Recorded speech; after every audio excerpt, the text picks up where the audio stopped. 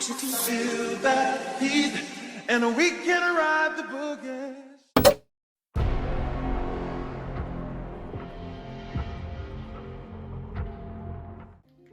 Next one. It's a hot topic. These have all been hot. Yeah, these have been hot.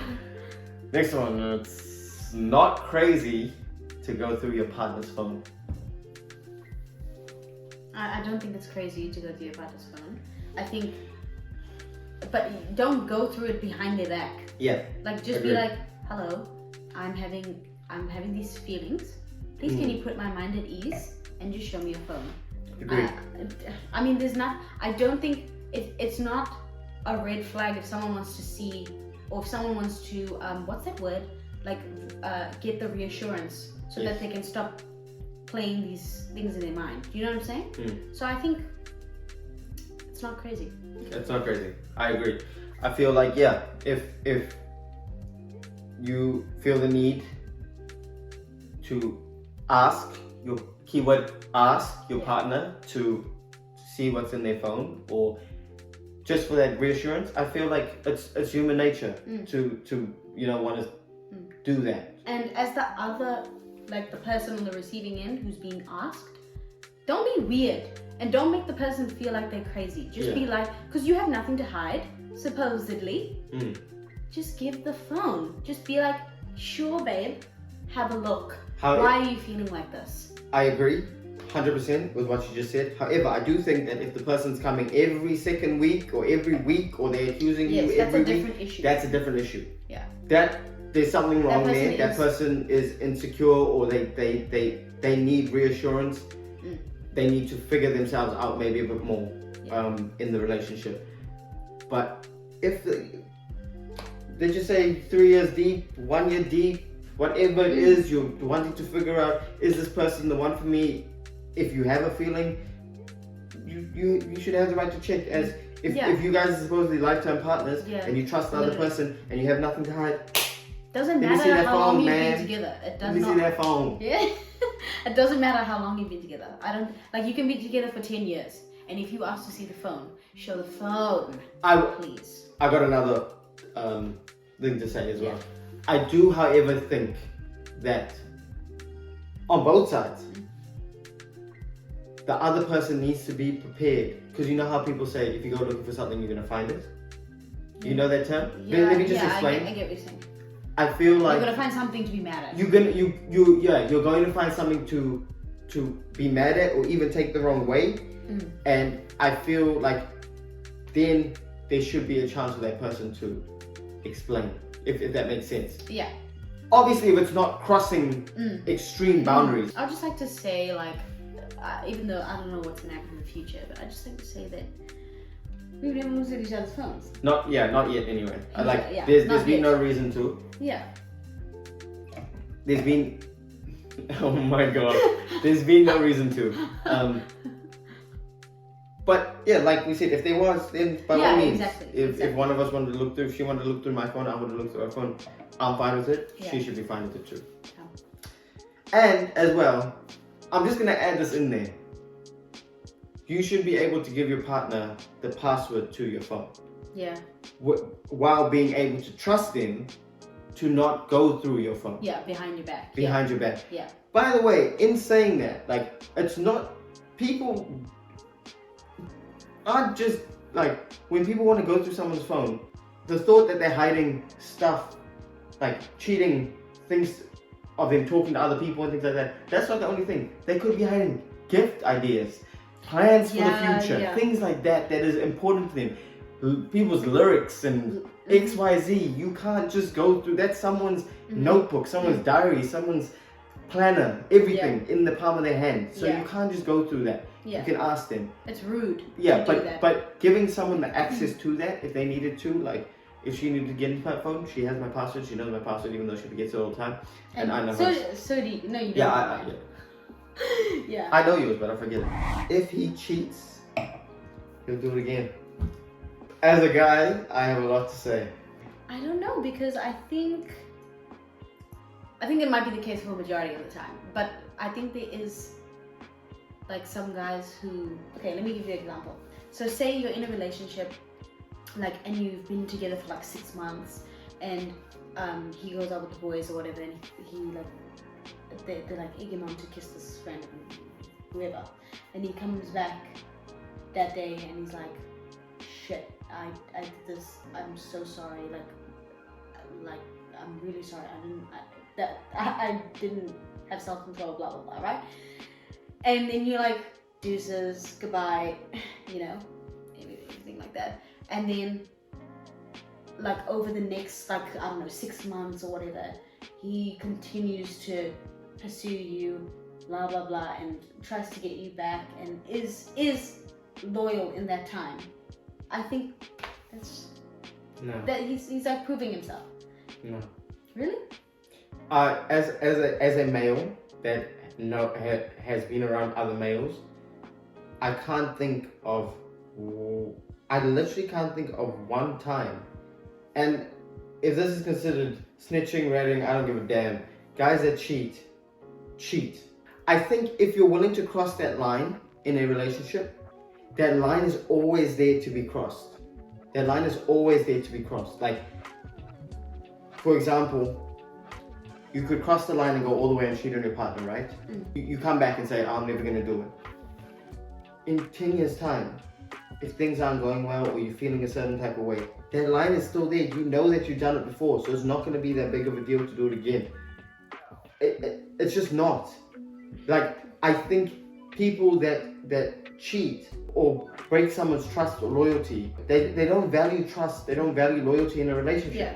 They don't. So that, like I said, that line is always there. So once they've crossed the line, they will come back, but they never all the way back here, they're still there, if that makes sense. But what if the guy like cheated when he was younger and then like matured after that? And like I said, I've personally never seen it. I'm talking about so many guys. I'm so many guys that I know that, like, the guys that were around that we knew were cheaters, like we knew were the cheaters, like they would tell us they cheated on it.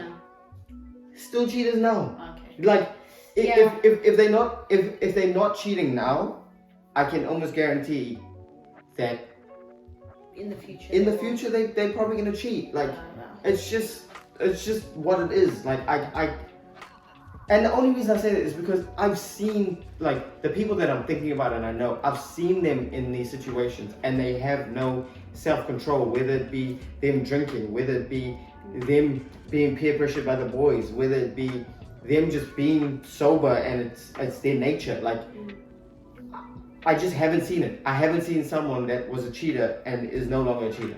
Like, genuinely. And on the opposite side, when it comes to females, I think that a female can cheat once and not cheat again, because I feel like if a female cheats on a partner, I feel like that's it, done for that relationship. 100%. Yeah. So I'm saying in the next relationship, I think that there's a possibility that they don't cheat. But what I do think is that if that female has cheated previously, again, that line is there. They've crossed that line. That line is closer than it was at the beginning. There's always a chance that they can cross that line, because loyalty isn't that important to them. If you are truly a loyal person and someone that values trust and loyalty because you want to receive the same, you just won't cheat. You won't do it. Yeah. No matter what the circumstance, you will leave that relationship before you devalue yourself by cheating. Yeah. That's just it. Next one is, most people aren't in love, they just don't want to be alone. Today's day and age, yes. I would say very much so. There's so many people that I know that are in relationships that are actually making their lives worse and it's literally breaking them down as a human being, and they're staying because they're scared of being lonely. They're scared that they're never gonna find someone else. I mean, I always say this to my friends: if you're in a situation where someone treats you worse than you would treat yourself if you were alone, Facts. leave that situation. Yeah, because you'll do better by yourself. Like it's okay to be by yourself then, because you treat yourself better and you're gonna be happier. So, and then you'll probably attract the person that's actually right for you. Yeah. So. Yeah. Agreed. It's about that self-value thing. Yeah. Knowing your self-worth. I get it in a sense, because to be very honest, humans don't want to be alone. Like as humans, we want friends. We want to be close to family. I'm speaking in general. You want to be close to. You want to have a good group of friends. You want to have, nice family environment. You want to have a partner that's going to be there. If you are someone that wants a partner, you want that partner to be there. But you want someone close to you. Well, what I'm saying is, some people don't want partners, but they want friends. They want family. So as humans, we don't want to be alone. To you. Yeah. It doesn't have to be a. I thought you were just talking about relationships. No, but like they want someone. Yeah. Close to them. Like it doesn't have to be romantic. Just. Yeah. They mistake like their need or their desperation for love and affection as the feeling of love for that person. Yeah. You know what I mean? Yeah. Like they think that that's what love feels like. Yeah, I got you. Yeah, I agree, yeah. Okay, next one. We're nearly at the end. Your spouse comes before everyone. Yeah, I think so, because like I said earlier, I think it says it in the Bible. So I feel like when I hear that, right, I immediately think, no, my partner does not come before my kids, because I'll always want to make sure that my kids are looked after, right? But then when you break it down and you realize that if your partner isn't good, if your partner isn't well looked after, if you aren't making sure that your partner is healthy, your partner is like you guys are financially stable, then your kids aren't looked after. So if you don't put your partner first, then the whole household dynamic isn't built for your children to thrive, or it'll be in a better position. In one way, yes, it sounds like an inflammatory statement, and people might be like, oh no, you can't say that. But when you break it down, it makes sense. Yeah. It makes 100% sense. Relationships are based on what is seen on social media. On the start, I think that yes, many modern relationships, I'm not speaking about this relationship, I'm not speaking about my friend's relationship, I think in general, in today's society, many relationships are based on what they see on social media. And it's so toxic. It's so toxic because, like I said, the reason someone might want to keep their relationship private is because people look at that and be like, another couple might look at that and be like, why doesn't my partner do what Alonzo does for Kelsey, or vice versa? And now you're trying to live your relationship by looking at someone else's situation, and you just can't live life like that. You shouldn't live life like that in general, but I feel like it happens far too often these days, that relationships just really don't mean as much as they used to mean back in the day. Back in the day means even before social media. There was just more substance to relationships back then, and you didn't constantly have this comparison on your phone right in front of you, in your hand, of the perfect relationship, because there is no such thing. It is very important for people to, like, in today's society, in today's day and age, to take a break from social media if they need, because to look at someone else, what someone else has become such a part of the culture that the comparing happens to a lot more people than you actually realize. I think it happens like I can say that me watching other people's relationships, like even I have those you have a thought. I'm like you have these random thoughts, and then I have to remind myself, actually, Kelsey, that was on a screen. You literally saw a 5-second video of two people that you don't know what happened before and after that video. So don't even bother wanting that for your life. Just, i.e. the Ace family. Situations like that are fabricated it's picture perfect, but behind the scenes, it's it's chaos. It's toxic. It's not what it seems to be. Yeah. Even when you have a healthy relationship, there's still gonna be trials. Like trials in a relationship. But I think that for people actually forget that is because like even with a healthy relationship and with someone who wants the best for you and stuff like that, there's still gonna be like some difficult, challenging times in the relationship and confronting moments. Whereas if they're looking at it on the screen, they're like, no, these people are happy all the time. Yeah. This guy, he's always kind, he's always like gentle, he's always... And little do they know, those two people are fighting just before their camera turned on, or fighting right after their camera turned on. Exactly, like so, you just never know, so... I will say this, something that I try to do, and this might be advice for people if they want to take it, is when you are, or if you are discussing your relationship with other people, like always try and keep it as real as possible with them. Like obviously you don't need to let them know your intimate details of your relationship, but like let them know, oh, me and my partner, we fight often, so don't think like, you know, if you're explaining a situation that happened, for example, or they make a comment that's like, oh, you and Kelsey are so happy. I'll be straight up, I'll be like, yeah, that's because that's what you see on the regular, but there's times we fight. We fight, we go back and forth, and it's not what you see right now. You might think that we are the most toxic couple in that moment, if that's your perception of it, obviously. Yeah.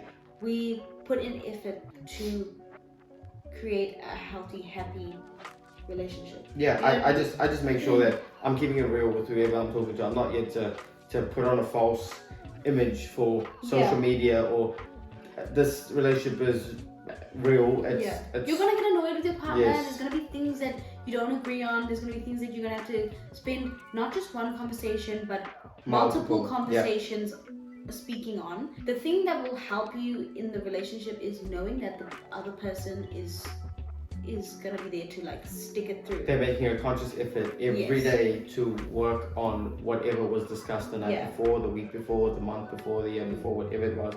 Constantly, consciously making an effort to work on it. Alright guys, we have reached the end of the video. We hope you guys enjoyed all the questions that we had, all the unpopular opinions and our answers. If you agree with anything that we said, please put a comment down below and let us know. And if there's any other questions or any other unpopular opinions that you guys have, you can include those too. Please like the video. Like I said, comment down below. Click the bell notification so you stay up to date, and subscribe to the channel, people. We'll catch you guys in the next video. Thank you. See you guys. Bye.